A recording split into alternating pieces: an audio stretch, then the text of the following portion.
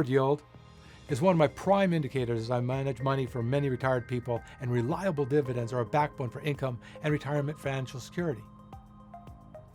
Yield is the formula for stock price divided by the dividend. A stock selling for $10 that pays $1 in yearly dividends has a yield of 10. That would be very high.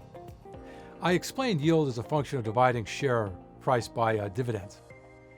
And stocks that pay dividends are either common or preferred or convertible.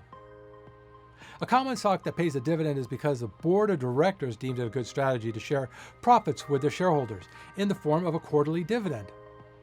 Companies don't have to pay dividends. There is no regulation that states they do or how much, unless you are a REIT, real estate investment trust. A REIT, to maintain their tax and legal structure, a REIT must pay out at least 90% of its net income. What do I look for in buying dividend-paying stocks? First is a fundamental business, because if you try and chase yield with dying businesses, then you're going to lose money as the stock declines reflects the poor business model. Second is a dividend consistency, and does the company have a history of keeping or better yet raising their dividends?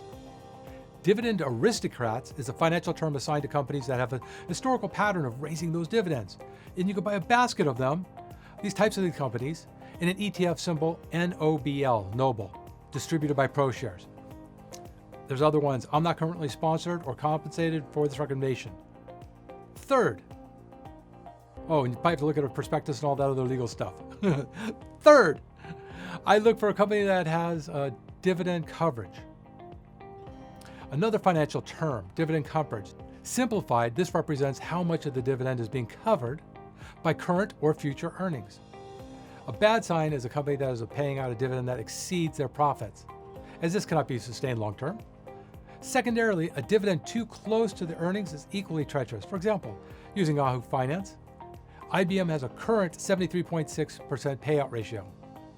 A lower payout ratio is really what you want to look for, as it indicates the company has little difficulty in paying their dividend from profits. IBM on October 27, 2020, declared their dividend, which is the business way of saying they're distributing a payout. And according to IBM, they have paid a consecutive quarterly dividend, ready for this? Consecutively since 1916. That's 100 years of consistency. Say what you want about IBM, that's a nice dividend. The fourth thing I look for in a dividend stock is how much is the dividend paying relative to the current 10-year U.S. Treasury bond. Now, a yield close to the U.S. Treasury is less appealing than a high yielding with greater return potential. The difference between two financial points is called the spread. This higher spread helps buffer the risk involved in owning stocks.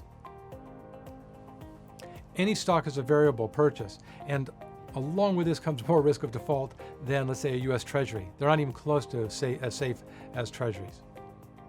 You need to be compensated for the risk, and this yield spread is one way to determine that opportunity for risk reward.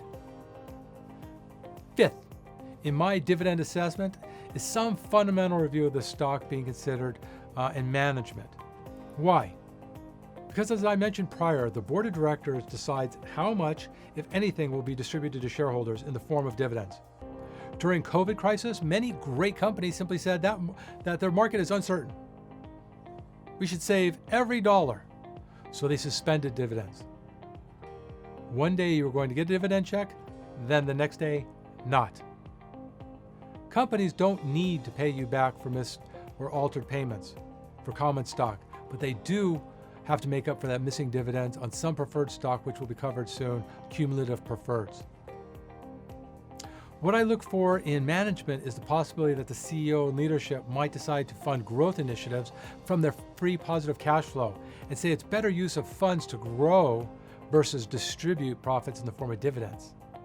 I recently went through this very exercise in my portfolio purchase of AT&T, and of this writing, the dividend has remained steady, but I'm not entirely confident that it will remain this way forever.